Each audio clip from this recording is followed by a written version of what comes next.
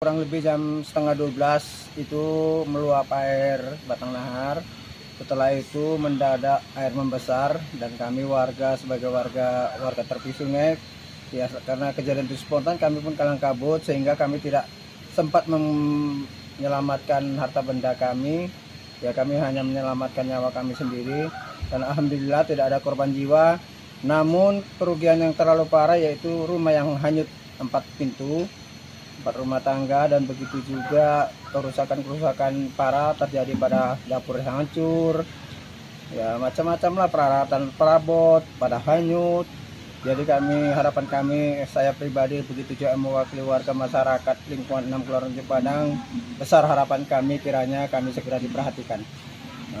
Kan kayak kami pribadi ya kami kan tidak bisa berusaha ya, setidaknya sembako, begitu juga bantuan materi seperti perbaikan rumah.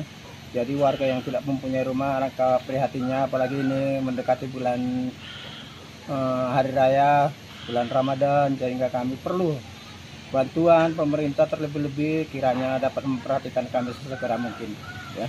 Jelajahi cara baru mendapatkan informasi. Download Metro TV Extend sekarang.